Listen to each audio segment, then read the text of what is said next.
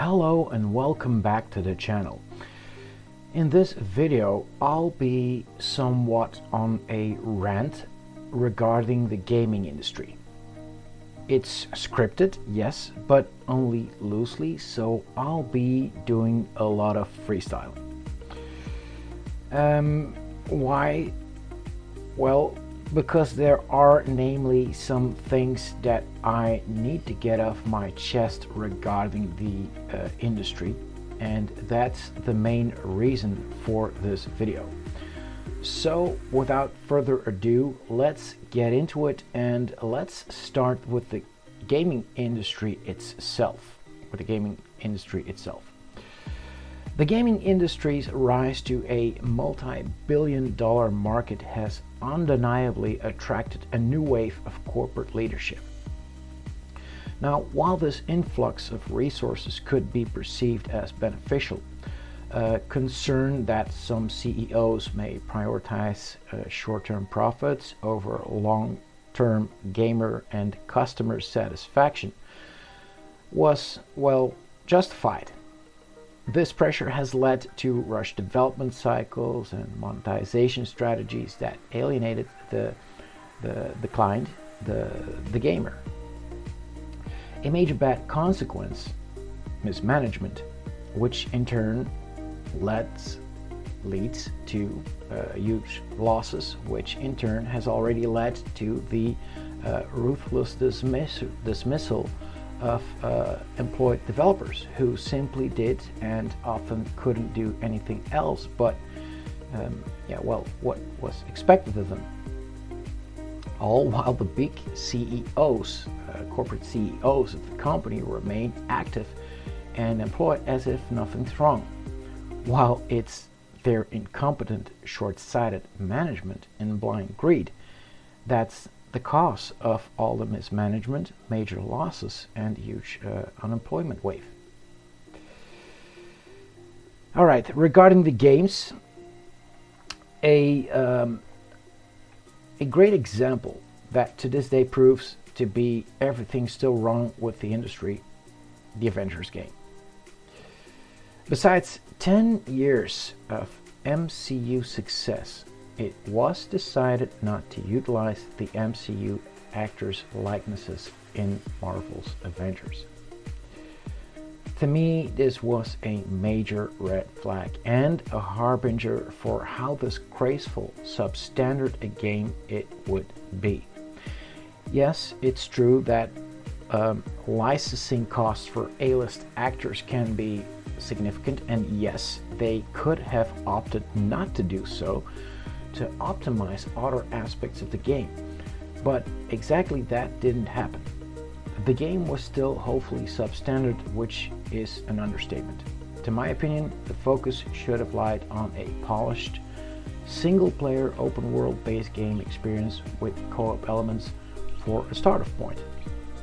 With that alone, they would already have had an immense jackpot on their hands, if executed well, of course. This could have fostered a more decent and hailed foundation, which they then could have built upon. From here on, they truly could have started building and expanding, eventually creating the ultimate online experience. That's, however, far from what happened. The result, squandering potential galore. How it should have been done? Well, simple. The same way Rockstar did it with GTA 5. To this day, they are still milking that online milking cow, so much so that they basically didn't need to make GTA 6 up until this point, that is. The hardware is upgraded too much since the PS3, and it's about time they start utilizing this new hardware, and what better way than by way of the long-awaited and anticipated GTA 6. Still, they abridged a serious gap of more than a friggin' decade with GTA 5 as their base alone. And man, they sure created a serious demand for GTA 6 while at it, simultaneously with that waiting time. Now said. So what one then assumes is that the industry has at least learned from Rockstar's example with GTA 5, as well as from the debacle that was the Avengers game, hence preventing something like the Avengers game, to ever happen again. Well, WB sure didn't seem to have gotten the memo. Suicide Squad more than obvious being proof of that, and that is again proof of the unbelievable sorry state the gaming industry is in. Something else entirely, seemingly another consequence.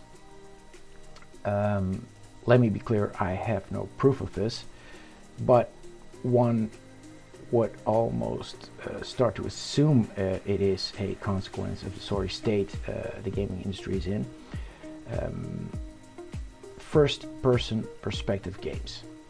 And no, I'm not a first-person perspective hater, as many no doubt will accuse me for being in the comments below. I'm a huge fan of Elder Scrolls Oblivion, and I praise that game into the skies for it letting me switch at will between third and first person perspective. To me, this significantly, nay, hugely enhances the player experience in terms of immersiveness. So much so, I dare admit it seriously spoiled me. Beforehand, before I came across Oblivion, games to me were split into two main categories, namely first and third person perspective.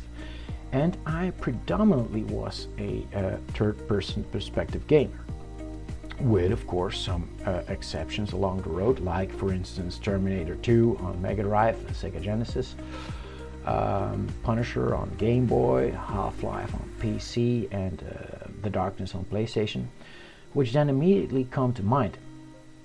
It isn't since I came across Oblivion, however, that I truly acknowledged and appreciated the first-person perspective.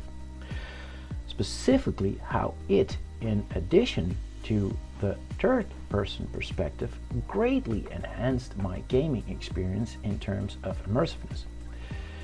Ever since I wondered why not more games don't offer both first and third person perspective. Especially since a game like Oblivion, which already dates back to 2006, nearly 20 years ago, proved it long since possible and successful.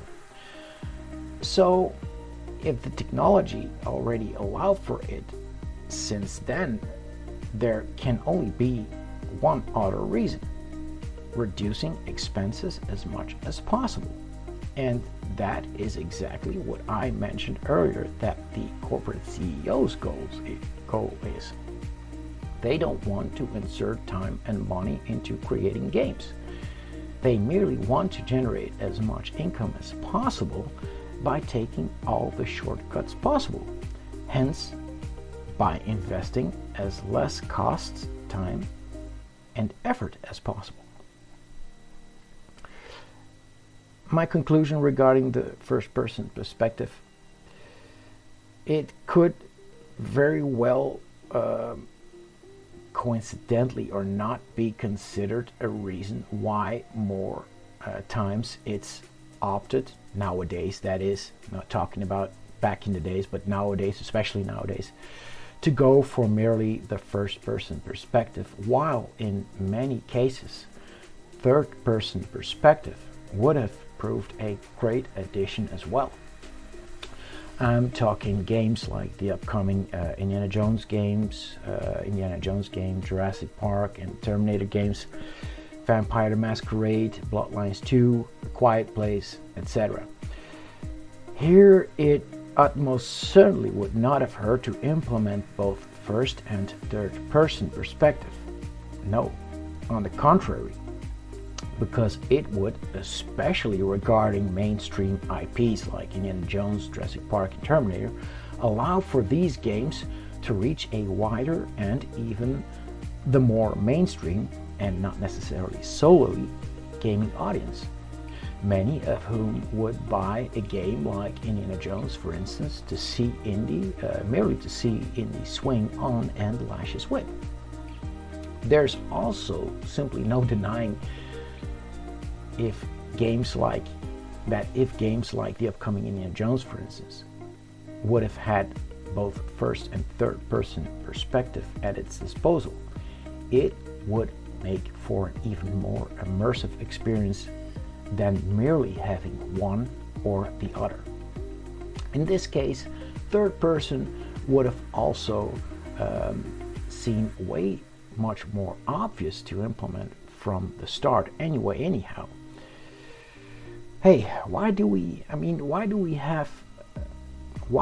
this day and age have to settle for merely one perspective or the other if we, especially this day and age, can easily have two? Oh, and before you jump at my throat in the comments, wonder this first. Can the presence of both first and third person perspective in a game even be considered a depreciation worth upsetting about? To me, it seems quite the opposite. So why would you want to jump at my throat in the first place unless you're a corporate CEO cohort? Anyway, whether opting for the first person perspective nowadays is or isn't a consequence from the sorry state the gaming industry is in, drenched in corporate leadership and ruled by big CEOs with their incompetent, short-sighted management and blind greed, that's the cause of all mismanagement, major losses, and the huge employment wave. Fact remains that the industry is in a sorry state, to say the least. Alright, last but certainly not least, there is one more thing I can't ignore, so of course I'll be addressing it as well. And that's namely DEI, or diversity, equity, and inclusion, and how it infiltrated the gaming industry, making this the core factor and main drive of a video game is just downright idiotic and ridiculous, because it makes for inorganic storytelling, tokenism, and inaccurate representation. Here's an analogy. Imagine a chef whose main focus is including every possible ingredient in every possible dish.